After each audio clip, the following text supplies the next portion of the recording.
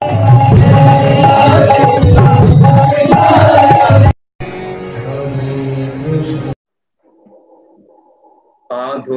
যদিও প্রথম তৃতীয় তৃতীয় দুর্য পতিত যধুরু নাভিস্ততা পঞ্চময়েব ষষ্ঠ ভুজান্তরম দুর্যুগলম ততন্ন কণ্ঠস্থরাজ নবম যদিও মুকারবিন্দম দশম প্রফুল্লম একাদশয়স্য ললাটপট্টম শিরায় পিতু ত্রদশ এব ভাতি তমাধিদেবম করুণানিদানম তমালবর্ণম তুহি অবতারম অপার সংসার সমুদ্র সেতু ব্রজামহে ভাগবত স্বরূপম। হরে কৃষ্ণ। আমরা একটা ভাগবত মাহাত্ম্য দিয়ে শুরু করব আজকেও। অশ্বমেধ সহস্রাণি ভাজপেয় শতানি চহ শুক শাস্ত্র কথায়ঞ্চ কলম না হন্তি ষোড়শীম। সহস্র অশ্বমেধ যজ্ঞ, শত বাজপেয় যজ্ঞ, শ্রীশুক কথিত শ্রীমদ্ ভাগবতমের 16 ভাগের এক ভাগও নয়। যদি সহস্র অশ্বমেধ যজ্ঞ করা হয় আর শত বাজপেয় যজ্ঞ করা হয়, এই সুখদেব গোস্বামী যে শ্রীমদ্ ভাগবতম রচনা করেছেন তার এক ভাগও হবে না, 16 ভাগের এক ভাগও হবে না। আমরা গত ক্লাসে যে শ্লোকটার আলোচনা করেছিলাম সেটা হচ্ছে 3 নম্বর শ্লোক। আজকে থেকে আমরা 4 নম্বর থেকে শুরু করব শ্রীমদ্ ভাগবতমের, এবং কয়েকটা শ্লোক আমরা টাচ করার চেষ্টা করব। আমরা এতদিন ধরে একটা শ্লোকের উপর একটা ক্লাস দেওয়া হয়েছে। 3 নম্বর শ্লোকে বলছে আশীর্বাদ। 3 নম্বর শ্লোকটা কি? মঙ্গলাচরণের যে মঙ্গলাচরণ হয় ত্রিবিধ: বস্তু নির্দেশ, আশীর্বাদ এবং নমস্কার। আর এই 3 নম্বর শ্লোকটা ছিল যে আশীর্বাদ। নিগম কল্পতরু গলিতম ফলম সুখ মুখ অমৃত ধ্রুব সংযুক্তম। এই সমস্ত বৈদিক শাস্ত্রকে একটা বৃক্ষের সাথে তুলনা করা হয়েছে। আর সেই বৃক্ষের বলা হচ্ছে নিগম কল্পতরু গলিতম ফলম। সেই বৃক্ষের পাকা ফল, গলিত ফল, পাকা ফল, সেটা হচ্ছে শ্রীমদ্ ভাগবত। এই জন্য কেউ যদি শাস্ত্র জানার জন্য বিভিন্ন শাস্ত্র পড়তে চায় তাহলে সে হারিয়ে যেতে পারে। সে রাইট পথ থেকে রং পথে চলে যেতে পারে, কারণ শাস্ত্রের নিগূঢ় তত্ত্ব কোন তত্ত্বদ্রষ্টা ব্যক্তি ছাড়া তাকে পথ দেখাতে পারবে না কেউ। হাজারো শ্লোক, শত শত শ্লোক, বলা হচ্ছে 100 কোটি শ্লোক আছে। কোন শ্লোকটা আমাদের জন্য প্রয়োজন আমরা তো জানি না। এই জন্য যদি শাস্ত্র, পুরো বৈদিক শাস্ত্রকে একটা বৃক্ষের সাথে তুলনা করা হয়, তাহলে বৃক্ষের তো শাখা প্রশাখা অনেক কিছু আছে। শাখা প্রশাখা আছে, পাতা আছে, ফুল আছে, কাঁচা ফল আছে, এরপর পাকা ফল। এখন কেউ যদি গাছের শাখা নিয়ে যদি চিবোতে থাকে, গাছের ছাল ভাকল এগুলো চিবায়, তাহলে তার ধাত ভেঙে যাবে।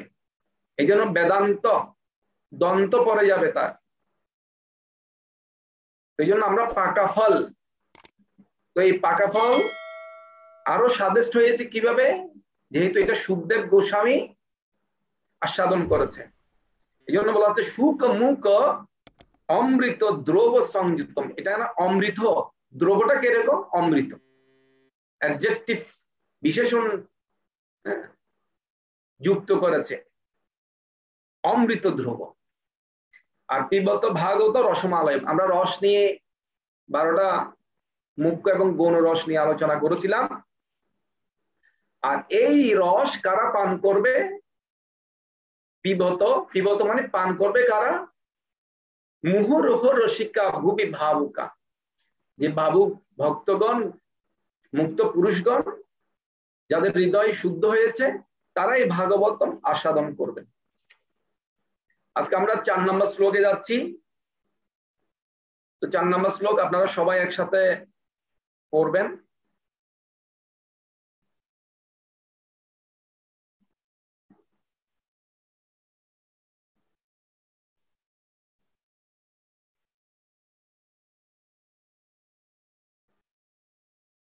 নম্বরটা পড়ুন। নৈমিষে নিমিষ ক্ষেত্রে ঋষয়ে শনকাধয়ঃ সত্রম সর্গায় লোকায় সহস্র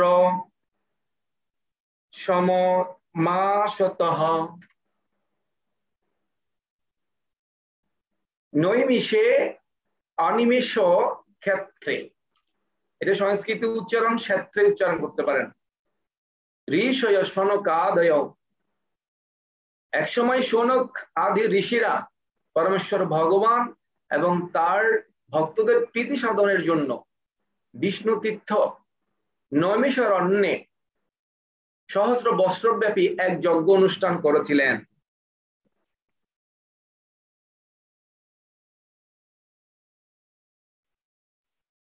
দেখুন, আমরা যে ভাগবতম চর্চা করছি, সুখদেব গোস্বামী পরীক্ষিত মহারাজকে শুনিয়েছিলেন, কিন্তু ওখানে সুত গোস্বামী উপস্থিত ছিলেন।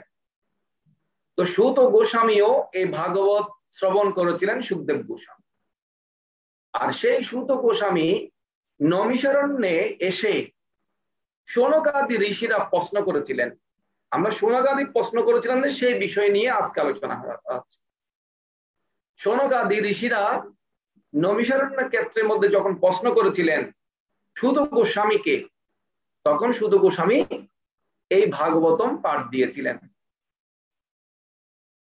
আসলে ভাগবত, এই যে পাঠের কথাবার্তাগুলো আমরা যে শেয়ার করি, নিজের মন গড়া কখনো শেয়ার করা উচিত নয়, নিজের মন গড়া কখনো ব্যাখ্যা করা উচিত নয়।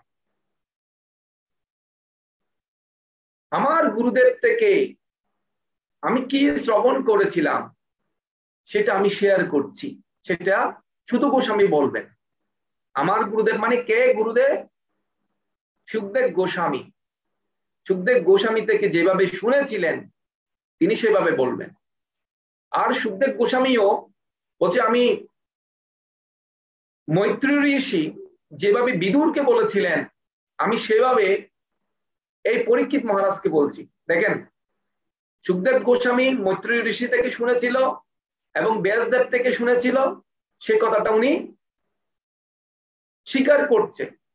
তার মানে নিজের কোনো মন গড়া কথা বলা যাবে না। পাঠকের, ভাগবত পাঠকের একটাই যোগ্যতা, সেটা হলো যে তিনি পরম্পরা অনুসারে, গুরু পরম্পরা অনুসারে শ্রী গুরুদেব থেকে তিনি যা শ্রবণ করেছেন তিনি তা এজ ইট ইজ কোনো পরিবর্তন না করে, যোগ এবং বিয়োগ কপি করে আরেকজনকে বলবে। নিজের মন মতো করে কোনো কিছু যদি প্রবেশ করাই দেয় তাহলে সেখানে বেজাল হতে পারে। এই জন্য সুত গোস্বামী নৈমিষারণ্যে পাঠ দিয়েছিলেন। আর ওদিকে গঙ্গার তটে উপবেশন করে পরীক্ষিত মহারাজ শ্রবণ করেছিলেন সুখদেব গোস্বামী থেকে। আপনারা ভালো করে খেয়াল করুন, সুখদেব গোস্বামী পাঠ দিয়েছিলেন গঙ্গায়, গঙ্গার তীরে। এখানে পরীক্ষিত মহারাজ আদি সুত গোস্বামীরা শ্রবণ করেছিলেন। আর সুত গোস্বামী নৈমিষারণ্যে এসে সুখদেব গোস্বামী থেকে যা শ্রবণ করেছেন তিনি তাই আবার পাঠ দিচ্ছেন। আর ওখানে প্রশ্নকর্তাকে, প্রশ্ন কে করবে? আরে প্রশ্ন না করলে তো উত্তর বেরোবে না। আপনারা ওই প্রশ্ন যত বেশি করবেন তত বেশি আপনাদের জীবনের সমস্যাগুলো সমাধান হবে। সবাই ভিডিও অন করুন। এই জন্য সনকাদি ঋষিরা প্রশ্ন করেছিল কাকে? সুত গোস্বামীকে। এখানে এই জন্য বলা হচ্ছে যে সনকাদি ঋষিরা পরমেশ্বর ভগবান এবং তার ভক্তের প্রীতি সাধনের জন্য বিষ্ণু তীর্থ নৈমিষারণ্যে সহস্র বৎসর ব্যাপী এক যজ্ঞ অনুষ্ঠান করেছিলেন। আসলে ওরা যজ্ঞ অনুষ্ঠান করছিল নৈমিষারণ্যে। এই নৈমিষারণ্য ক্ষেত্রটা আমি আপনাদেরকে একটু বলছি। বায়ুবীয় তন্ত্রে উল্লেখ আছে ব্রহ্মাণ্ডের যিনি মানে সৃষ্টিকর্তা, ব্রহ্মাণ্ডে যিনি জীব সৃষ্টি করেন, সেই ব্রহ্মা একটা বিশাল চাকার চিন্তা করেছিল। সেই চাকাটা যখন নিক্ষেপ হওয়ার পর এটা আস্তে আস্তে নিমেষ হয়ে গিয়েছিল। নিমেষ বলে না, এটা মানে ওটা যখন নিক্ষেপ করেছে দেখতে দেখতে আর দেখতে পাচ্ছে না, যে স্থানে এসে ওটা নিমেষ হয়ে গেছে সেই স্থানের নাম হলো নৈমিষ। নৈমিষ যেহেতু একটা বন, সেজন্য নৈমিষারণ্য, অরণ্য মানে বন, ওখানে নিমেষ হয়ে গিয়েছিল। আর এটা এত পবিত্র স্থান যে কোন জড় বিষয়ী ব্যক্তি অনেক কামনা বাসনা নিয়ে ওই স্থানে যদি প্রবেশ করে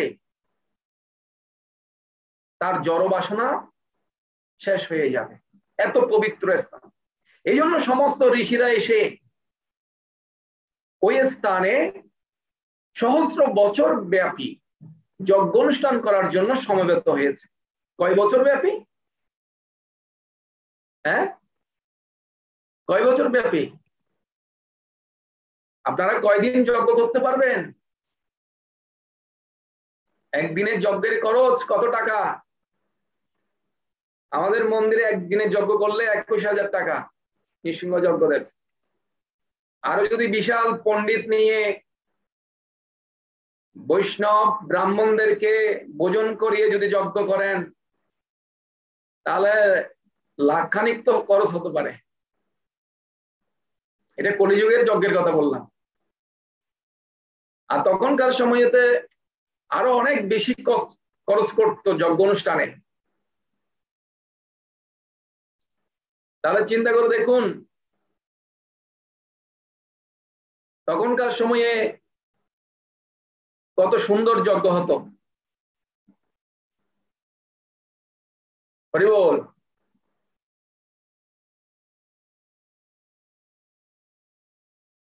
এখন এত টাকা খরচ করে যজ্ঞ করা সম্ভব নয় কলিযুগে। আর যজ্ঞ অনুষ্ঠান করতে করতে যজ্ঞের মধ্যে অনেক আম্র কাষ্ঠ দিতে হয়, ঘিত দিতে হয়, হবিষ দিতে হয়। ইদম মম স্বাহা স্বাহা স্বাহা, এভাবে স্বাহা দিতে হয়। আসলে স্বাহা হচ্ছে অগ্নিদেবের স্ত্রী। এই জন্য অগ্নিতে হবিষ যখন নিক্ষেপ করা হয় এভাবে, তখন স্বাহা বলা হয়। এখন যদি এরকম সহস্র বছর ব্যাপী যদি যজ্ঞ অনুষ্ঠান করা হয় তাহলে তো ধোঁয়া, যজ্ঞের ধোঁয়ায় পরিপূর্ণ হয়ে যাবে। কত ধোঁয়া, কত ঘি লাগবে। এই যুগের মানুষ অত টাকা খরচা করে এই যজ্ঞ অনুষ্ঠান করতে পারবে? অত গাছপালা আম্র কাষ্ঠ পাবে? আরে মারা গেলে তো আম্র কাষ্ঠ না পায় না, এখন বিভিন্ন রকম কাষ্ঠ দিয়ে শ্মশানে তুলে দেওয়া হচ্ছে। আরে শ্মশানে তো তুলে দিচ্ছে না গাছ দিয়েও, তাও ইলেকট্রিকে শর্ট মেরে দিচ্ছে এখন। সেই সুযোগ কি কলিযুগে হবে? কলিযুগের অত সময় নেই মানুষের, এত ব্যস্ত মানুষ, অত দিন ধরে অত সময় ধরে কিভাবে যজ্ঞ অনুষ্ঠান করবে? আর আমি দেখলাম যখন মাঝে মাঝে যজ্ঞ অনুষ্ঠান হয় মন্দিরে, তখন দোয়ার জন্য থাকতে পারে না, চোখে জল চলে আসে। আরে একটা যজ্ঞে উপস্থিত থাকতে পারছি না, তাহলে এত সময় ধরে সহস্র বছর ব্যাপী যজ্ঞ অনুষ্ঠান করছিলেন, তাহলে কিভাবে সম্ভব? তখনকার যুগের মানুষেরা করতেন যজ্ঞ হাজার বছর ধরে বিষ্ণু এবং বিষ্ণুর ভক্তর সন্তুষ্টির। কিন্তু এই কলিযুগে সম্ভব নয়। অত কাষ্ঠ দিয়ে, গীত দিয়ে, হবিস দিয়ে কিভাবে সোহা দেবে? এই জন্য কলিযুগের ধর্ম কি? কলিযুগের এত টাকা খরচা করে ওই রকম নিয়ম পালন করে সহস্রবিধ, কারণ যজ্ঞ অনুষ্ঠান করতে হলে অনেক নিয়ম, নিয়মের কোনো শেষ নেই। একটা পণ্ডিতকে দিয়ে, একটা শুদ্ধ ব্রাহ্মণকে দিয়ে আপনি যজ্ঞ অনুষ্ঠান করিয়ে দেখেন, আপনাকে অনেক নিয়মের কথা বলবে। কলিযুগের মানুষ এত ব্যস্ত, এত নিয়ম কিভাবে পালন করবে? এই জন্য চৈতন্য মহাপ্রভু, এই জন্য যজ্ঞ নেই, কোনো মন্ত্র নেই, কোনো সময় নেই, কোনো বিধি নেই, শুধুমাত্র একটাই মন্ত্র। সেটা কি? হরে কৃষ্ণ কৃষ্ণ কৃষ্ণ হরে হরে, হরে রাম রাম রাম হরে হরে। শুধু এই কলিযুগে হরে কৃষ্ণ মহামন্ত্র কীর্তন করা হতো সংকীর্তন যজ্ঞ। আর এখানে ঋষিরা সমাবেত হয়েছে কেন? সনকাদি ঋষিরা নৈমিষারণ্যে সহস্র বছর ব্যাপী যজ্ঞ অনুষ্ঠান করার জন্য, শুধুমাত্র বিষ্ণু এবং বিষ্ণুর ভক্তদের সন্তুষ্ট করার জন্য। কারণ তখনকার সময়ে, অন্যান্য যুগে, বৈদিক টাইমে যখন যজ্ঞ অনুষ্ঠান করা হতো, বিষ্ণু সন্তুষ্ট হয়ে তাদের সামনে আবির্ভূত হতেন। আমরা অনেক সময় দেখি, এখন যদি আপনি শুদ্ধভাবে যদি হরিনাম করেন, আপনার সামনে ভগবান কৃষ্ণ আবির্ভূত হবেন।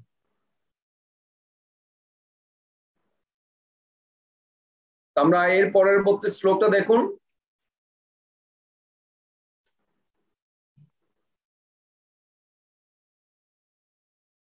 পাঁচ নম্বর শ্লোক।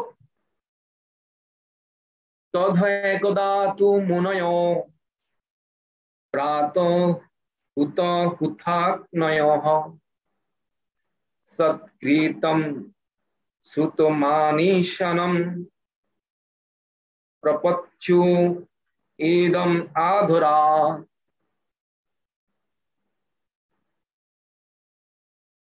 একদিন প্রাতকালে সেই সনকাদি ঋষিরা হুতাগ্নিতে আহুতি প্রদান করে সমাদৃত আসনে উপবিষ্ট ছিল সুত গোস্বামীকে শ্রদ্ধার সঙ্গে এই প্রশ্নগুলো জিজ্ঞাসা করেছিলেন।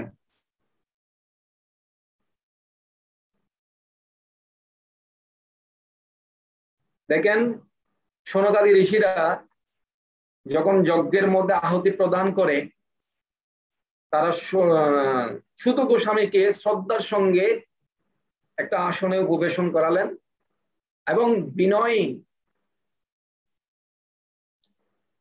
তদ্বিদ্ধি পনিপাতেন, পনিপাতেন মানে পরিপ্রশ্নেন সেবয়া, পনিপাতেন পনিপাত করে, প্রণাম করে এবং বিনীতভাবে প্রশ্ন জিজ্ঞাসা করলেন। তিনটা জিনিস আজকে সকালেই এই শ্লোকের উপর আলোচনা করেছিলাম। তদ্বিদ্ধি পনিপাতেন পরিপ্রশ্নেন সেবয়া, সেবয়া তিনটা জিনিস, পরিপ্রশ্নেন আর হচ্ছে তৎপ্রণিপাত সেবয়া। শিষ্যের তিনটা জিনিস করা কর্তব্য।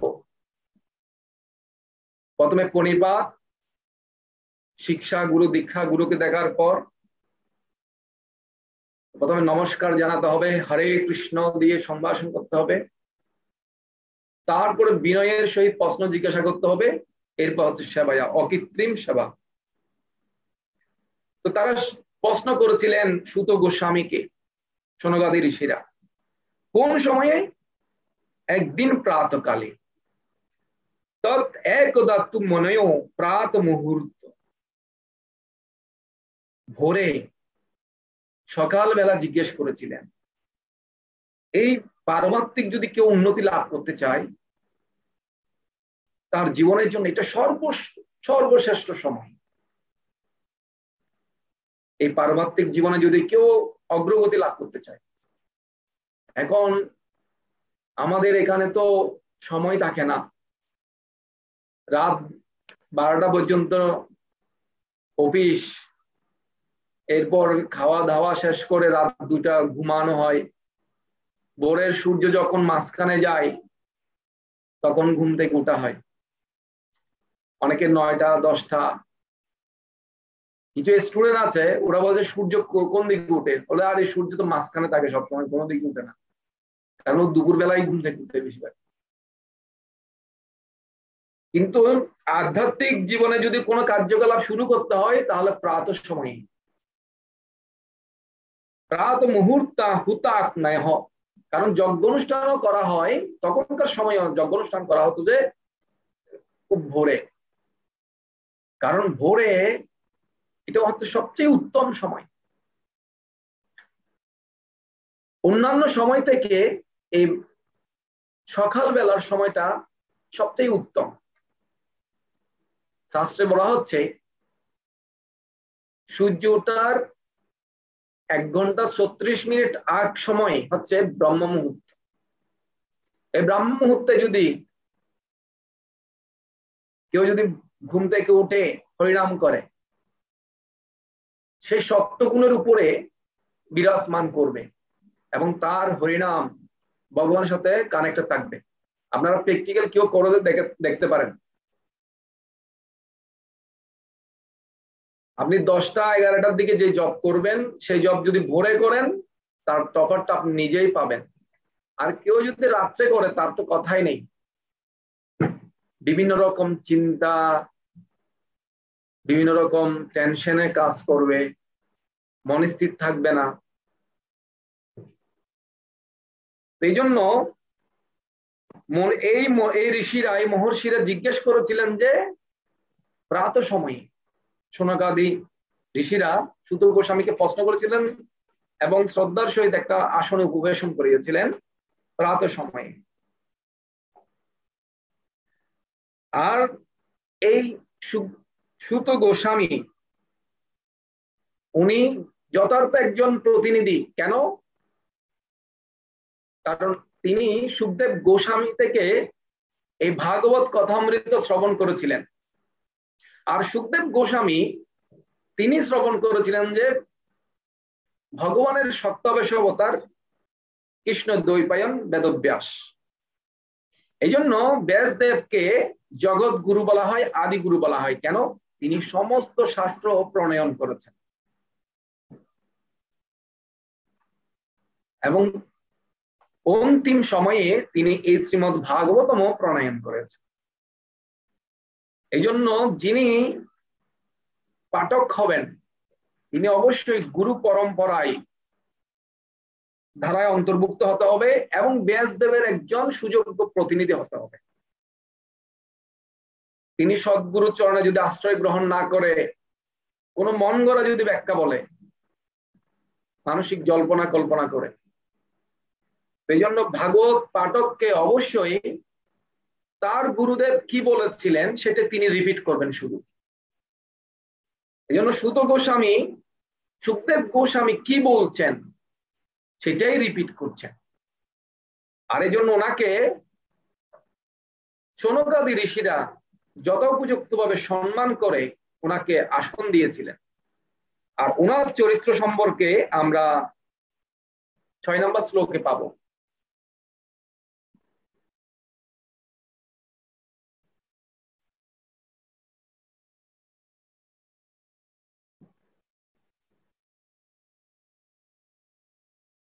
ঋষয় উবাচ त्वा खलु पुराणानि सेति हसानि चानगः अख्यातान्य अपि दितानि धर्मशास्त्राणि जन्नतः। তো ঋষিরা বললেন, হে পরম শ্রদ্ধেয় সুত গোস্বামী, আপনি সম্পূর্ণরূপে নিষ্পাপ। আপনি মহাভারত আদি ইতিহাস এবং সহ 18 পুরাণ এবং সমস্ত ধর্মশাস্ত্র সদ্গুরুর কাছে অধ্যয়ন করেছেন। শুধু তাই নয়, তা আপনি ব্যাখ্যাও করেছেন।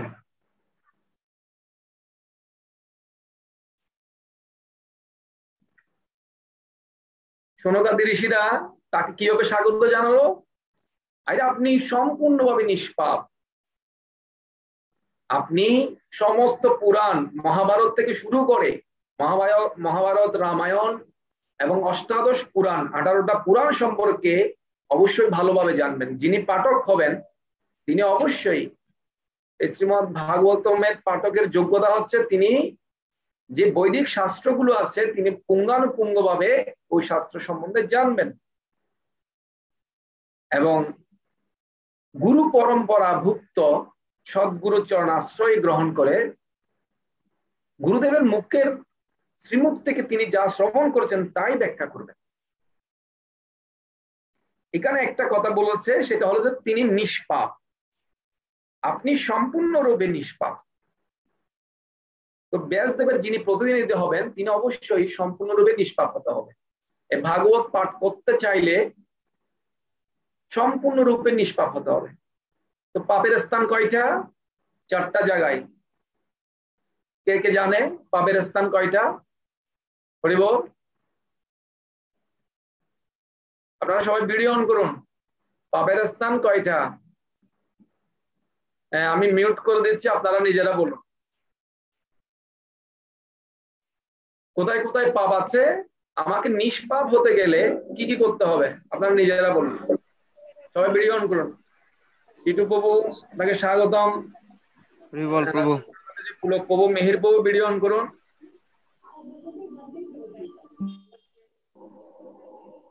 বলুন পাপের স্থান কোথায় কোথায় আছে? নিষ্পাপ হতে গেলে আমাকে কি কি ত্যাগ করতে হবে? আমিষ বর্জন করতে হবে প্রভু। দুধ এবং ক্রীড়া যেখানে হয় সেই স্থান বর্জন করতে হবে। তারপরে নেশা দ্রব্য জাতীয় দ্রব্য গ্রহণ বর্জন করতে হবে, আর অবৈধ যৌন সঙ্গ বর্জন করতে হবে। আপনারা কি সবাই একমত নাকি? হাত তুলুন তো দেখি, হাত তুললে আমি বুঝবো এটা ঠিক আছে। খুব সুন্দর না? আরেকটা আছে প্রভু। কি বলুন প্রভু? যেখানে স্বর্ণ। হ্যাঁ হ্যাঁ, ওকে, খুব সুন্দর। সবার মোটামুটি একটু একটু ধারণা আছে। তাহলে অবশ্যই যিনি এই ভাগবত পাঠ দান করবেন তিনি সম্পূর্ণরূপে নিষ্পাপ হতে হবে এবং ব্যাসদেবের প্রতিনিধি হতে হবে এবং সমস্ত বৈদিক শাস্ত্রে পারদর্শী হতে হবে। এগুলো হচ্ছে পাঠকের যোগ্যতা। আমি 4টা পাপ সম্পর্কে একটু ধারণা দিচ্ছি আপনাদেরকে, আবার একটু রিভিউ করি।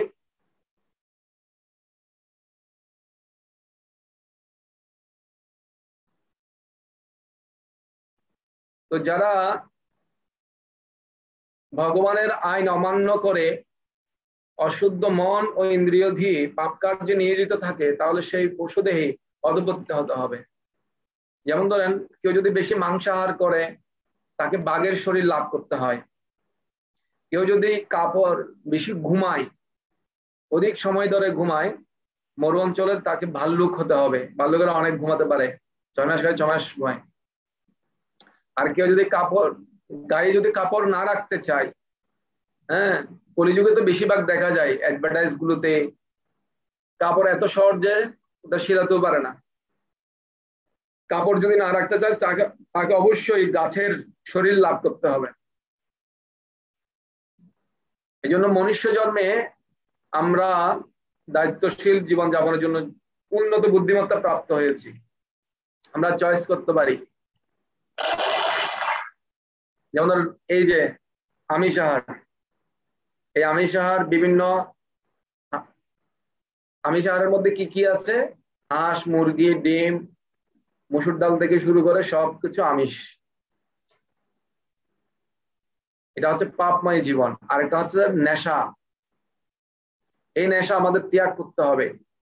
যে কোনো ধরনের নেশা, পান, সিগারেট, বিড়ি এবং ড্রিঙ্কস, যত প্রকারের ড্রিঙ্কস আছে সবগুলো অ্যাভয়েড করতে হবে। কারণ নেশা করলে আপনার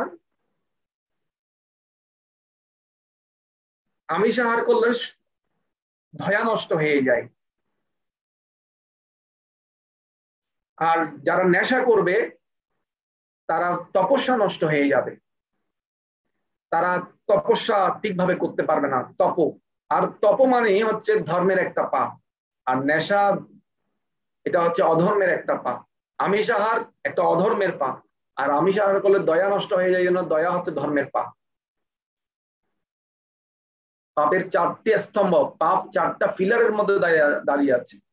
আর অবৈধ স্ত্রী সঙ্গ, স্ত্রী ব্যতীত কোন পর স্ত্রীর সাথে সঙ্গ করা যাবে না, বিয়ে না করলে তো করা যাবেও না। অবৈধ সঙ্গ করলে শুচিতা নষ্ট হয়ে যায়, শৌচ, এটা ধর্মের পাপ।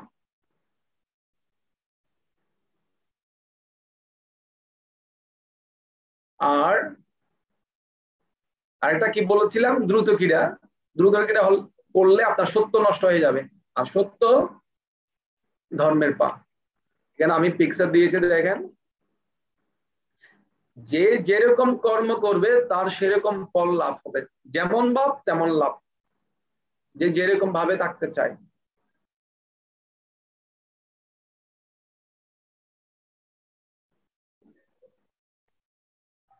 এই জন্য এই 4টা, যেহেতু এই 4টা জিনিসে বা পুরুষ অবস্থান করে, এই জন্য 4টা জিনিস বর্জন করা উচিত, এভাবে তিনি নিষ্পাপ হবেন। আর এখানে ছিল প্রভুপাদ তাৎপর্য বলেছেন একটা সুন্দর লাইন, আমি পরে শোনাচ্ছি। এই দুটি প্রন্থা শ্রবণ এবং কীর্তন হচ্ছে পারমার্থিক জীবনের উন্নতি করার সবচেয়ে গুরুত্বপূর্ণ কাজ। আপনি যদি পারমার্থিক জীবনে উন্নতি চান, তাহলে আপনাকে শ্রবণ এবং কীর্তন করতে হবে। আমরা একটা ক্লাসে শেয়ার করেছিলাম আপনাদের সাথে, ভক্তি মানে কি, ভক্তি কার সাথে তুলনা করা হয়? বলিব, ভক্তি মানে হচ্ছে লতা। তো ভক্তিকে লতার সাথে তুলনা করা হয়। তো লতার মধ্যে লতায় যদি আপনি জল সেচন না করেন, তাহলে সেটা শুকিয়ে যাবে না? শুকিয়ে যাবে কিনা? কারা কারা হাত তুলান তো দেখি। শুকিয়ে যাবে? এই শ্রবণ কীর্তন রূপ জল সেচন করতে হবে। শ্রবণ কীর্তন হচ্ছে জল। কেউ যদি শ্রবণ কীর্তন না করে, তাহলে সে তার ভক্তিলতা শুকিয়ে ফেলবে। আরে ভক্তিলতা শুকিয়ে গেলে তো আর বাড়বে না, তার ভক্তি কিসের, তার ধর্ম কিসের? এই জন্য শ্রবণ কীর্তনের ব্যবস্থা করা হচ্ছে। কিভাবে? সোমবার, বুধবার এবং শুক্রবার ভাগবত ক্লাস, আর শনিবার, মঙ্গলবার গীতা ক্লাস, এইভাবে শ্রবণ কীর্তনের ব্যবস্থা করা হচ্ছে।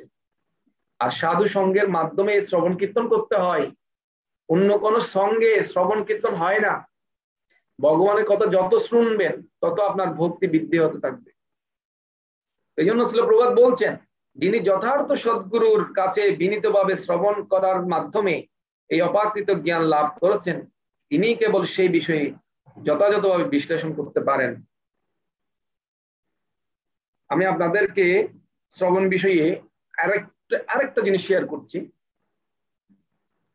আমরা তো শ্রবণ করি, আমি প্রায় 2020 সাল থেকে লকডাউনে অনলাইনে ক্লাস দিচ্ছি, অনেকে শ্রবণ করছে, অনেকে অনলাইনে, কেউ আসছে কেউ যাচ্ছে, অনেক শ্রবণ করছে। কিন্তু শ্রোতারও ক্যাটাগরি হচ্ছে 3 ভাগে ভাগ করা হয়েছে। ভিডিও অন করুন না, আপনারা কি কাজ করছেন নাকি দেখি? ঘরে বিভিন্ন কাজ আছে, অন থাকলে কি কনসেন্ট্রেশন ভালো থাকে। অন থাকলে আপনি চিন্তা করবেন যে প্রভু আমাকে দেখছে, আমাকে ফুললি অ্যালাউড থাকতে হবে, বি কেয়ারফুল থাকতে হবে।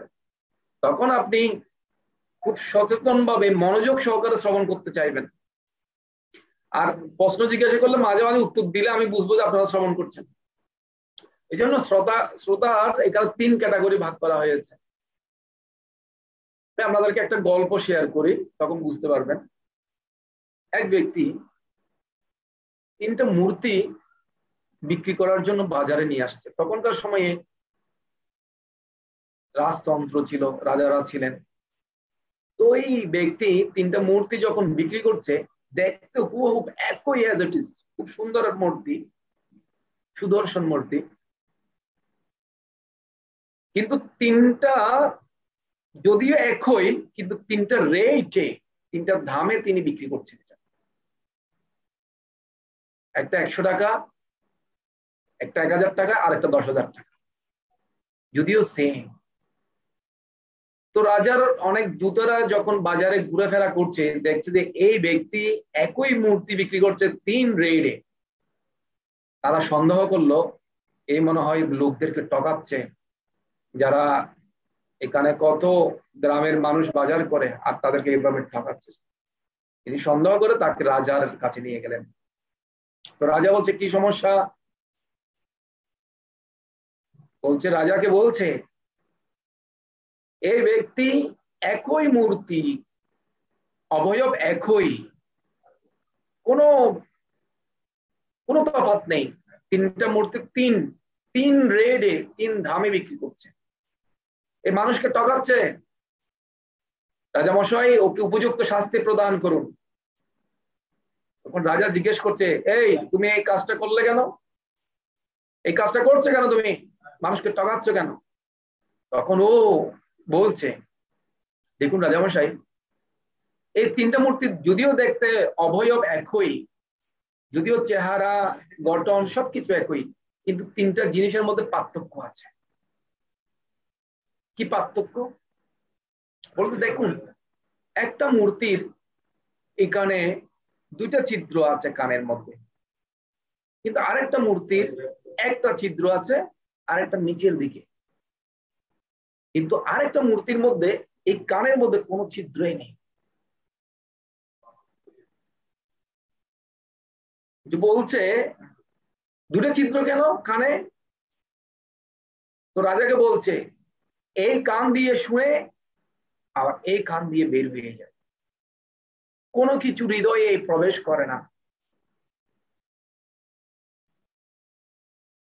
বুঝতে পারলেন? ও হচ্ছে যে 3rd ক্লাস শ্রোতা, 3য় শ্রেণীর শ্রোতা। আর যে কানের একটা ছিদ্র আছে, এদিকে কিছু ঢুকে আর একটু করে বের হয়ে যায়, কিছু ঢুকায় কিছু বের হয়ে যায়, কিছু ভালো লাগলে এগুলো গ্রহণ করে, অনেক সময় খারাপ তারাপ গুলো রিজেক্ট করে, অনেক সময় ভালোটাও রিজেক্ট করে, একটু করে সেই যেটা তার ভালো লাগেছে সেটাই সে প্রবেশ করায়। সে হচ্ছে 2nd ক্যাটাগরির শ্রোতা, 2nd ক্লাস শ্রোতা। আর যেই 2টা কানের মধ্যে কোনো ছিদ্র নেই, শুধু প্রবেশ করছে আর হৃদয়ে প্রবেশ করছে, কান ভগবানের কথাগুলো হৃদয়ে প্রবেশ করে, সে হচ্ছে 1st ক্লাস শ্রোতা। বুঝতে পারছেন? তো আমাদের যদি এই কান দিয়ে শুনি ওই কান দিয়ে যদি বের হয়ে যায়, তাহলে কিছুই তো যাবে না, কিছুই তো মনে থাকবে না আমাদের। অন্তত পক্ষে আমাদের 2nd ক্যাটাগরিতে থাকা উচিত, অন্তত কিছুটা আমি যেন আমার থাকে। অনেক কিছু চলে যাবে, যেহেতু অনলাইন এত বেশি থাকে না। অনলাইনে যারা ক্লাস করে, যারা জুমে আসে তারা তো কনসেন্ট্রেশন ভালো থাকে, কিন্তু যারা একদম ফেসবুকে ইউটিউবে লাইভ দেখতে চায়, কিছু কিছু আছে মানুষ, তারা অ্যাটেনটিভলি হিয়ারিং করে, কিন্তু বেশিরভাগ তারা কি করে জানেন? তারা মোবাইলটাকে নিয়ে, এখানে তো বিভিন্ন লেকচার চলছে অলরেডি, এরকম করতে থাকে, শুধু জাস্ট এভাবে করে এভাবে করতে থাকে। কিছুক্ষণ এটা ভালো লাগে 2 মিনিট, না এটা ভালো লাগছে না, ওই প্রভুটা শুনবো, ওই মহারাজ শুনবো, আবার না না ওদিকে চলে যায়, আরেক দিকে চলে যায়, আরেক দিকে চলে যায়, কারণ কনসেন্ট্রেশন ক্লিয়ার না। আর যারা কিছু কিছু আবার আছে, কিছু ব্যতিক্রম আছে, যারা ইউটিউবে এবং ফেসবুকে মহারাজদের প্রভুদের লাইভ ফুললি কনসেন্ট্রেশন ক্লাসে দিচ্ছে, তারা মনোযোগ সহকারে শোনা। আর জুমে ঢুকলে তো ভালোই আছে, কিন্তু জুমে ঢুকার পরও যদি অন্য কাজে বেশি ব্যস্ত থাকে, তাহলে তেমন এত বেশি কাজ করবো না, কিন্তু না শোনার থেকে একটু ভালো এটা আবার আমি বলতে পারি। আমরা যেরকম বলি না, হরিনাম না করার সেই 1 মালা 2 মালা ঘোরা ভালো, একদম না শোনার থেকেও একটু করে যদি শুনে।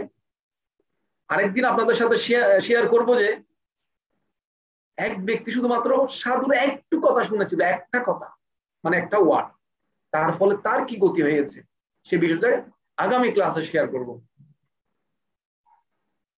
আমরা 7 নাম্বার পর্যন্ত আজকে পড়ার চেষ্টা করব, ঠিক আছে?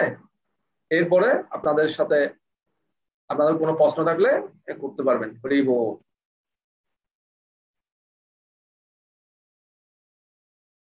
জানি বেদ বিধান শ্রেষ্ঠ ভগবান বাদরায়ণঃ অন্যম চ মুনয়ঃ সুত পরাবর বিদু। হে সর্বপ্রবীণ বেদান্তবিদ সুত গোস্বামী, আপনি ভগবানের অবতার ব্যাসদেবের জ্ঞান প্রাপ্ত হয়েছেন এবং যে সমস্ত ঋষিরা বৈদিক এবং আদি ভৌতিক জ্ঞান পূর্ণরূপে লাভ করেছেন তাদের কাছ থেকে আপনি জ্ঞান প্রাপ্ত হয়েছেন। এখানে শ্রীল প্রভুপাদ বলছে, দেখেন শ্রীমদ্ ভাগবতম হচ্ছে ব্রহ্মসূত্র বা বাদরায়ণ বেদান্ত সূত্রের যথার্থ ভাষ্য। একে যথার্থ বলা হচ্ছে কেননা ব্যাসদেব হচ্ছেন বেদান্ত সূত্র এবং শ্রীমদ্ ভাগবত বা সমস্ত বৈদিক শাস্ত্রের সারমর্ম এই দুইয়ের প্রণেতা। আর আমাদের 6টা দর্শন আছে। আপনাদেরকে যখন আমি বেদ নিয়ে আলোচনা করেছিলাম তখন এই 6টা দর্শনের 6 জন ঋষি ছিলেন। কারা? গৌতম, কনাদ, কপিল, পতঞ্জলি, জৈমিনী এবং অষ্টবক্র। এই বিশদভাবে বর্ণনা করেছিলাম যখন বেদ নিয়ে ক্লাস দিয়েছিলাম, তখন এই ষড়দর্শন নিয়ে আমরা আলোচনা করেছিলাম। বুঝতে পারছেন? তো যিনি এই জন্য সুত গোস্বামীকে বলছেন, তারা সনকাদি ঋষিরা বলছেন, আপনি এই এই যে সমস্ত ব্যাসদেবের যত জ্ঞান আছে, ব্যাসদেব তো সবকিছু প্রণয়ন করেছেন আর সবকিছু আপনি লাভ করেছেন। আপনি এই জন্য বলছে ঋষিরা বৈদিক এবং আদিভৌতিক জ্ঞান পূর্ণরূপে লাভ করেছেন, তাদের কাছ থেকে আপনিও জ্ঞান প্রাপ্ত হয়েছেন। দেখেন, যিনি পাঠ প্রদান করবেন পাঠক, তাকে কিভাবে প্রশংসা করতে হয়। কাউকে যদি পাঠ দিতে বলেন তার আগে ডেজিগনেশন বলতে হবে, তিনি কি কি লাভ করেছেন, তার কি কি ডিগ্রি আছে। কারণ শ্রোতাদের একটু বিশ্বাস স্থাপন করতে হবে। আরে তিনি পাঠ দিবেন শুধু এমন নয় যে তিনি একদম সাধারণ ভক্ত। কারণ কোন শ্রদ্ধা যদি উদয় না হয়, শ্রোতার হৃদয়েও শ্রদ্ধা উদয় না হলে, তাহলে সে জ্ঞান প্রবেশ করে না। শ্রদ্ধাবান লভতে জ্ঞানম। শ্রদ্ধা না থাকলে হৃদয়ে কখনো জ্ঞান প্রবেশ করবে না। আপনি যদি কোনো ভগবানের যারা ভক্ত আছে, 4টা নিয়ম পালন করে, ভগবান কৃষ্ণের প্রতি একনিষ্ঠ ভক্তি আছে, শুধুমাত্র তার প্রতি যদি শ্রদ্ধা থাকে, আপনার ওনার কথাই আপনার পুরো জীবনটা পরিবর্তন হতে পারে যদি শ্রদ্ধা থাকে। কেন? তিনি 4টা তো নিয়ম পালন করছেন এবং সদ্গুরু পরম্পরায় আছেন। অত বেশি বড় ভক্ত না হলো, ছোটখাটো ভক্ত হলো, 4টা নিয়মের মধ্যে আছে আর গুরু পরম্পরায় অন্তর্ভুক্ত আছেন। ভালো পাঠক না হলো, তার কথার মধ্যে যদি আপনি বিশ্বাস স্থাপন করতে পারেন, বিশ্বাস যদি দৃঢ় হয়, ওনার একটা কথায় আপনার জীবন পরিবর্তন হতে পারে। যদি বিশ্বাস না থাকে, শ্রদ্ধা না থাকে, কখনো সম্ভব নয়। যত একদম বড় হায়ার পাঠক হোক, অনেক শাস্ত্র জ্ঞান আছে, অনেক ভালো বলতে পারে, কিন্তু আপনার ওর প্রতি কোনো শ্রদ্ধা নেই, তাহলে আপনার জীবনে পরিবর্তন হবে না। এই জন্য পাঠককে তিনি প্রশংসা করছিলেন। আর আপনি জানেন, হ্যাঁ, আদি ভৌতিক জ্ঞান পূর্ণরূপে লাভ করেছেন, কারণ তারা সমস্ত জ্ঞান প্রাপ্ত হয়েছিলেন মৈনর ঋষিদের। কারা? এই যে সুখদেব গোস্বামীর ওখানে ছিলেন, সুত গোস্বামী যখন পাঠ দিয়েছিলেন, ওখানে সুত গোস্বামী প্রেজেন্ট ছিলেন, ওনাদের কাছ থেকে শ্রবণ করেছিলেন তিনি। এই জন্য তার প্রশংসা করছিলেন। হ্যাঁ, এই জন্য আমি আপনাদেরকে একবার যখন এখানে একজন পাঠ দিয়েছিলেন, আমাদের সদাজয় প্রভু, তো আমি আপনাদেরকে বলেছিলাম ওনার কোনো প্রশ্ন করার আগে ওনার একটু প্রশংসা করবেন, কারণ পাঠকের একটু প্রশংসা করতে হয়। আর ভগবানের ভক্তের গুণমহিমা যদি কীর্তন করেন, আপনার হৃদয় পরিবর্তন হবে। এখানে এই জন্য সুত গোস্বামী প্রশংসা করছিলেন। তিনি কি কি জানতেন? সবকিছু। কেন? সর্বপ্রবীণ বেদান্তবিদ সুত গোস্বামী। তিনি প্রবীণও, নবীন নয়, বয়সবিদ্য ছিলেন। জ্ঞানবিদ্য, বয়সবিদ্য। যেমন সুখদেব গোস্বামী আবার বয়সে বিদ্য ছিল না, একদম ইয়াং বালক সুখদেব গোস্বামী, তবে সমস্ত ঋষিরা তাকে উপবেশন করিয়েছিলেন। এমন নয় যে বয়স হয়ে গেলে জ্ঞান বেড়ে যাবে, বয়স হয়ে গেলে অনেক জ্ঞান বাড়ি হয়ে যাবে, এরকম নয়। এই আধ্যাত্মিক জ্ঞান কোনো বয়সের উপর নির্ভর করে না। সুখদেব গোস্বামী তো ইয়াং বালক ছিল একদম, হ্যাঁ, 16 বছরের যুবক বলা হচ্ছে। তো তাকে সমস্ত ঋষিরা, ওখানে নারদ মুনি উপস্থিত ছিলেন। আর নারদ মুনি কে ছিলেন? ব্যাসদেবের গুরুদেব। আর ব্যাসদেব কে ছিলেন? সুখদেব গোস্বামীর গুরুদেব, মানে তার পিতা ছিলেন। কিন্তু সুখদেব গোস্বামী কে সবাই সম্মান করে উপবেশন করিয়েছিলেন। কিন্তু সুত গোস্বামী বয়সবিদ্ধ ছিলেন এবং জ্ঞানবিদ্ধ ছিলেন, বয়স হয়েছিল।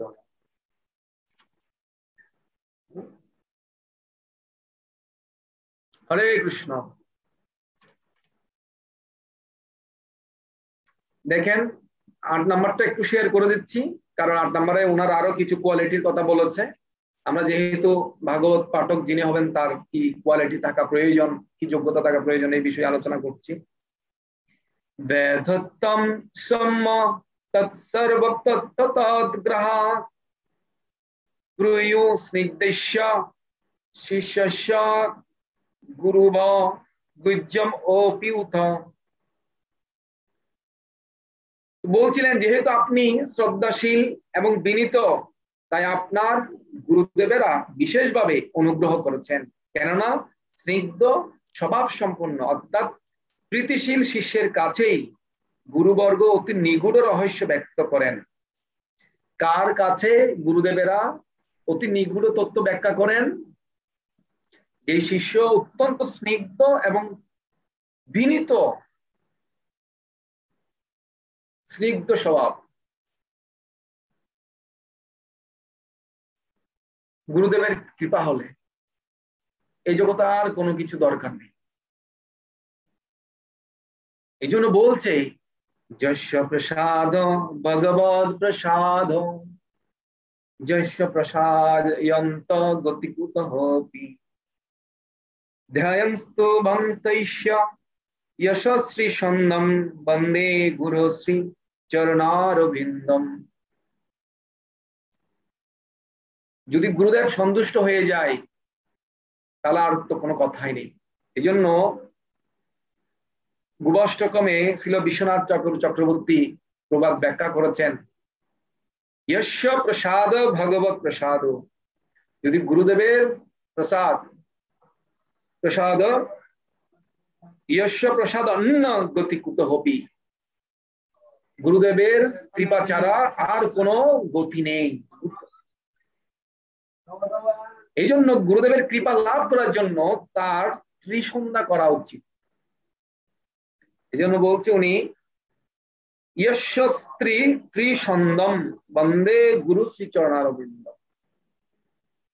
আমি ত্রিসন্ধ্যা করি বন্দে গুরু শ্রী চরণারবিন্দম, এবং সেই গুরুদেবকে তিনি প্রণাম জানাচ্ছেন।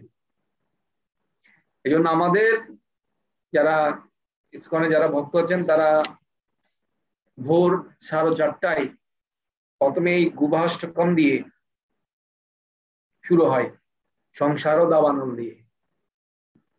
সংসার দাব নর নীল লোক প্রাণায় কারুণ্য গণ গণতম।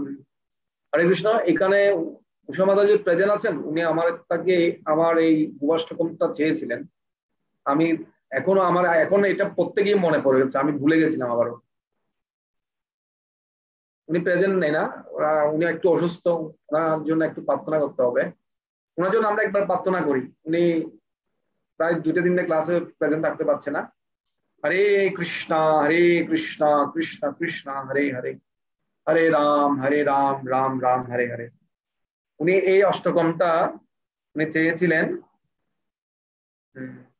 গুবাষ্টকম। ঠিক আছে, তাহলে গুরুদেব কার কাছে এই গূঢ় রহস্য, বৈদিক শাস্ত্রের গূঢ় রহস্য কার কাছে ব্যাখ্যা করেন? অত্যন্ত বিনীত ভাব, শ্রদ্ধাশীল এবং স্নিগ্ধ স্বভাব সম্পন্ন শিষ্যের কাছে তিনি এটা ব্যাখ্যা করেন। সব শিষ্যের কাছে সব কথা বলা যায় না। শিষ্যের যোগ্যতার উপর নির্ভর করে গুরুদেব জ্ঞান প্রদান করে। এটা স্বাভাবিকই, কারণ কেউ যদি প্রাইমারি লেভেল স্টুডেন্ট হয় তাকে কি হাই স্কুলের জ্ঞান দিয়ে দেবে না? আমরা যখন প্রথম কাউকে যদি বলি, আমরা বলি যে আপনি একটু একমালা জপ করেন, একাদশী ব্রত রাখেন, আর গীতা ক্লাসে আসেন, একটু একটু শ্রবণ কীর্তন করেন। কিন্তু এর পরে পরে যখন বলা হয় হ্যাঁ হ্যাঁ আপনি শুধু একমালা জপ না, আপনি বাড়ান, ভালো লাগলে আরো বাড়ান, 4 মালা, 8 মালা, 10 মালা, 16 মালা পর্যন্ত গিয়ে আমরা বলি যে আর করিয়েন না, 16 মালা পর্যন্ত প্রতিদিন করেন।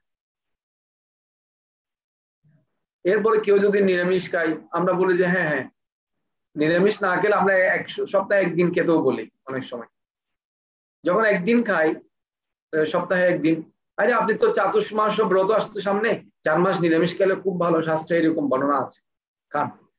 এখন 4 মাস খেয়েছে, বাবু 4 মাস খেয়েছে খুব ভালো লাগছে, আমি কি সারা জীবন নিরামিষ হয়ে যাব নাকি? হ্যাঁ হয়ে যান নিরামিষ, খুব ভালো। তাও আবার যখন সারা বছর নিরামিষ হয়ে গেছে, তখন আমরা বলি যে না না, সেটা নিরামিষ তো বান্দরা খায়, আপনি সে হাতিও খায়নি নিরামিষ। এটা নিরামিষ খাওয়ার মধ্যে এত গর্ব কিসে? গর্ব করে কি লাভ? আপনি প্রসাদ খান ভগবানের। তো ওর তার মানে ওনার অ্যাকসেপ্ট করার ক্ষমতা অনুসারে বলা হচ্ছে। যদি অ্যাকসেপ্ট করার ক্ষমতা না থাকে, তাহলে অত কঠিন কথা শুনে, অত কঠিন মানে নিগুড় রহস্যের কথা শুনে উনি তো বিভ্রান্ত হয়ে যাবেন। এই জন্য আমি আপনাদেরকে বলতাম যে যারা গীতা শেষ করেছেন তারা ভাগবতমে ক্লাসে আসতে পারেন, কারণ গীতা শেষ না করলে ভগবান যে প্রকৃতি কর্মকাল এই বিষয়গুলো যদি না জানেন, ভাগবতমে 10টা বিষয় কিভাবে জানবেন? আর এখানে ভাগবতমে কথা বলতে গেলে একটু কঠোর কথা বলতে হয়, কারণ এই পরম সত্যর কথা সুত গোস্বামী, সুখদেব গোস্বামী বর্ণনা করেছেন, সে বর্ণনা অনুসারে বলতে হবে কঠোর কথা। এই জন্য আজকে আমি সাহার নিয়ে অনেক একটু আপনাদেরকে বললাম, আপনারা মাইন্ড করবেন না, বুঝছেন? হ্যাঁ ঠিক আছে, কারো প্রশ্ন থাকলে করতে পারেন। আমরা আগামী ক্লাসে এই যে 6টা প্রশ্ন বলেছিলাম না, ঋষিরা 6টা প্রশ্ন করেছিল, এই 6টা প্রশ্নের মধ্যে প্রথম প্রশ্নের মধ্যে যাব আগামী ক্লাস। ঠিক আছে, 8 পর্যন্ত আজকে শেষ করেছি, 9 থেকে শুরু হবে। আপনাদের যাদের ভাগবতম আছে তারা অবশ্যই তাৎপর্য সহ অনুবাদ সহ পড়ে আসবেন সোমবারের ক্লাসে। আর শনিবারে হচ্ছে গীতা ক্লাস, যারা গীতা ক্লাস করেন না তারা গীতা ক্লাসে অংশগ্রহণ করবেন। আপনারা যদি পরে আসেন, আপনাদের প্রশ্ন থাকতে পারে, তখন আমাকে করতে পারেন, এখন তো প্রশ্ন করা হচ্ছে না। ঠিক আছে, আমি আপনাদের প্রশ্ন করার সুযোগ করে দিচ্ছি। সবাই ভিডিও অন করুন, একটু লাস্ট দর্শন দিয়ে দান করুন। সবাই ভিডিও অন করে না। সৃজিতা হয় সমু মাতাজি আছেন না? আজকে আপনার মেয়ে ওই ছোটদের ক্লাসে ভিডিও একদম অন করে নাই, আর আমি তো প্রশ্ন করেছি, একটা প্রশ্নের উত্তরও দেয় নাই। আমি জানি না ও কি বুঝতে পারলো, আবার লেটে অংশগ্রহণ করছে। সমু মাতাজি আছেন এখানে? প্রভু আমাদের জ্বর, ঘরে জ্বর, তাও মনে হয় পড়েছে। কি বলেন? ও কৃষ্ণ, সবার এই অবস্থা, মানে ভাইরাস সব জায়গায় হয়ে গেছে মনে হয় সেজন্য। আমি নিজেও শুয়েছিলাম, বলতে পারি। তো আপনাকে তো অসংখ্য ধন্যবাদ। আমরা এখানে প্রাণবল্লভ প্রভু জ্বর, সুমন মাতাজির এবং উষা মাতাজিরও জ্বর, আমার মনে হয় আরো অনেকে অসুস্থ, তবু আপনারা কষ্ট করে এখানে ক্লাসে অংশগ্রহণ করছেন, আপনাদের সবাইকে অসংখ্য ধন্যবাদ। আমরা সবাই প্রার্থনা করি এখন, যাদের যাদের জ্বর, আমাদের মন্দিরেরও অনেকে 2-1 জনের জ্বর আছে, আপনারা সবাই প্রার্থনা করুন। হ্যাঁ, হরে কৃষ্ণ কৃষ্ণ কৃষ্ণ হরে হরে, হরে রাম রাম রাম হরে হরে। আর আপনারা একটু সেভে থাকবেন, কারণ একদম ঘর থেকে বের হবেন না। ঘরে যারা থাকবেন, যাদের জ্বর আছে তাদের থেকেও আপনারা সেভে থাকবেন। এমন নয় যে আত্মীয় স্বজন বলে ওর সাথে এত মাখামাখি হবে, ওপেন ভাবে কথা বলবেন এরকম নয়, মাস্ক ছাড়া কোনো কথা বলবেন না। ওখানে যদি সেফলি থাকেন, অনেকটা সেভে থাকবেন, বুঝতে পারছেন? আর বিশেষ করে গরম জল এবং গরম জলের ভাপটা নিলে ভালো হয়। গরম জলের ভাপ যদি না নেন, যদি আপনার শ্বাসকষ্ট থাকে, একটু হাসি থাকে, এটা হচ্ছে মেইন ওষুধ। আপনি আইসিইউ তে থাকেন, অনেক টাকা খরচ করতে পারেন, কিন্তু ভালো হবার কোনো সুযোগ নাও হতে পারে। এই যে কয়েকদিন আগে আমাদের এক বক্ত চলে গেলেন, উনি আমার থেকে অনেক স্ট্রং ছিল, একদম বয়সও আমার মতো, কিন্তু অনেক স্ট্রং হওয়ার পরও উনি আইসিইউ তে কয়েকদিন ছিলেন, এরপরে উনি চলে গেলেন। বুঝতে পারছেন? তো এই জন্য গরম জলের ভাবটা কিভাবে নেবেন আমি আপনাদেরকে একটু দেখাই, না হলে তো আবার বুঝতে পারছেন না। আমার তো গতবার হয়েছিল 2020 সালে, তো প্র্যাকটিক্যাল একটু অভিজ্ঞতা শেয়ার করি। প্রথমে আপনি একটা একদম টকবক করবে ফুটন্ত গরম পানি, একদম টকবক করবে, সেই গরম পানিগুলো, সবাই শুনতেছেন? হ্যাঁ, শুনতেছি প্রভু। এখানে শব্দ হচ্ছে তো মিউট বন্ধ করতে হয়। আমি দেখছি ছোট বাচ্চারা যারা আজকে যারা ক্লাস করেছে, তারা এত ইয়ে সম্বন্ধে জানেন, এই যে কি বলে জুম ক্লাস সম্বন্ধে এত অভিজ্ঞ আমি আর দেখিনি। ওরা কথা বলার সাথে সাথে সঙ্গে সঙ্গে মিউট বন্ধ করে দেয়, আমার থেকে বলতে হয় না, আর আমি নিজে তো অফ করে দিই, পুরো অফ করে দিই, কিন্তু ওরা দেখে বলতে হয় নাই, সব অফ করে দেয়। মানে ওরা কথা বলার সময় অন করবে, আবার সঙ্গে সঙ্গে বন্ধ করে দেবে। কিন্তু আমি আপনাদের ক্লাস দিচ্ছি প্রায় 1-1.5 বছর ধরে, প্রায় সময় বলি যখনই অন করেন না, আর অনেই দেখে যাই, আর মানে অফ করতে পারি না। তখন কি হয়, মানে সাউন্ডের একটু সমস্যা হয়ে যায়, এটাই প্রবলেম, আর প্রবলেম না। তো আমি যেটা বলছিলাম আমি আপনাদেরকে প্র্যাকটিক্যাল কিছু কথা বলছি, ভালো করে শ্রবণ করেন। এটা আমি করেছি নিজে, যেভাবে আমি ভালো হয়েছে। একদম সবচেয়ে সিরিয়াস রোগীদের মধ্যে আমি সেকেন্ড ক্লাসে ছিলাম, ফার্স্ট ক্লাসে আমার ক্লাসে ছিল, আবার আমার থেকে যারা অনেকে কম, মানে কম ভুগেছে, কম কষ্ট পেয়েছে, এরকম আছে, আমি সেকেন্ড ক্যাটাগরিতে ছিলাম। তো ফুটন্ত একদম গরম জল নিয়ে, যেখান থেকে ধোঁয়া উঠছে সেরকম জল লাগবে। এরপর একটা গামছা নিবেন, হ্যাঁ, বা যেটা আপনার সুবিধা হয় আর কি, কাপড় গামছা নিয়ে চারিদিক দিয়ে একদম ইয়ে করে দেবেন, ধোঁয়াটা যেন আপনার মুখের মধ্যে যায়, আর নাক দিয়ে নিয়ে যাবেন। এরপর আস্তে আস্তে করে আপনি মুখ দিয়ে বের করবেন ধোঁয়াটা। যদিও এটা অসহ্য জম যন্ত্রণা হতে পারে, নরক যন্ত্রণা হতে পারে, কিন্তু এটা করতে হবে। এটা যদি আপনি না করেন, তাহলে আপনাকে কোনো ওষুধে, কোনো ডাক্তারের ভালো করবে এরকম কোনো গ্যারান্টি নেই এখন। কারণ সব যত ডায়াগনস্টিক সেন্টার আছে, হসপিটাল আছে, ক্লিনিক আছে, সব ভর্তি এখন, সব রোগী, কোনো জায়গায় খালি নেই। আইসিইউ তো রুম পাবেন না আপনি। এই জন্য আর অক্সিজেনের শর্ট হয়ে গেছে, এমনিতে শহরের মধ্যে গাছের অভাব, হ্যাঁ, ভগবান কত অক্সিজেন দিচ্ছে, ভগবান প্রতি কৃতজ্ঞতা থাকা দরকার। এখন হাজার হাজার টাকা দিয়ে, লক্ষ লক্ষ টাকা দিয়ে অক্সিজেন কিনে পাওয়া যাচ্ছে না। বুঝতে পারছেন? তো এই জন্য এই ভাবটা আপনি নেবেন, আর গরম জলে কুলকুলি করবেন। এই দুইটা যদি চিকিৎসা প্রাথমিকভাবে যদি আপনারা করেন, তাহলে আপনারা বাসায় থেকে এমনি এমনি ভালো হয়ে যাবেন। আরে পরীক্ষা করার কিছু দরকার নেই এখন, জ্বর তো আছেই, জ্বর আছে মানে আপনাকে এখন হসপিটালে নিয়ে গেলে আপনাকে পজিটিভ বানাই দেবে, পজিটিভ হয়ে যাচ্ছে অলরেডি, পরীক্ষা করার দরকার নেই, কিন্তু আগে চিকিৎসা শুরু করে দেন। গরম জলের ভাপ নেন, এরপর কুলকুলি করেন, আর গরম জল খান আধা, তারপর এলাচি, দারচিনি, এইগুলো দিয়ে আপনি এর ভালো করে গরম করে একদম কালার বের হয়েছে এরকম জল খাবেন। হ্যাঁ, আর গরম জলে স্নান করতে হবে, কুসুম কুসুম গরম জলে, ওম ওয়াটার, এগুলোতে স্নান করতে হবে। যদি কোল্ড বাজান, ঠান্ডা জল বাজান, তাহলে আপনার নিস্তার নেই। আমি দেখেছি আমাদের এখানে মন্দিরে যারা দেহ রেখেছিল, বুঝছেন, এটা প্র্যাকটিক্যাল কথা বলছি, তারা বেশিরভাগই ঠান্ডা জলে স্নান করেছিল। 2020 সালে বাবা, আমাদের একজন বাবা, ভক্তের বাবা, উনিও জলে স্নান করেছিল, কথা শুনে নেই। আমরা বলেছিলাম উনি ঠান্ডা জলে স্নান না করার জন্য, উনি ঠান্ডা জলে স্নান করত। আমরা গরম জল করার ব্যবস্থা আছে। আপনারা যদি হকিংস এর কোনো হট মানে পট নেন, মানে গরম করার জন্য, এটা বেশি টাকা না, 900 থেকে 1000-1200 টাকার মধ্যে পাবেন।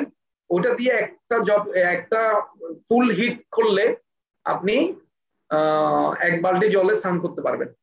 আর গরম জল ছাড়া কোনো কিছু ইউজ করবেন না, এটা মনে রাখবেন, প্রধান ওষুধ। নিউমোনিয়া থেকে হাই ইনফ্লুয়েঞ্জা হয়ে একদম মহামারীতে রূপ নেবে, এই জন্য খুব সতর্ক থাকবেন। আর যেটা গরম জলের ভাব সেটা হচ্ছে মেইন ওষুধ মনে রাখবেন যদি কারো কাশি এবং শ্বাসকষ্ট হয়, অক্সিজেনের শর্ট পড়ে, এটা মনে রাখবেন। এটা ছাড়া কোনো ওষুধ নেই। সবাই ফিল করছে? ঠিক আছে, সবাইকে অসংখ্য ধন্যবাদ। কোনো প্রশ্ন থাকলে করতে পারেন।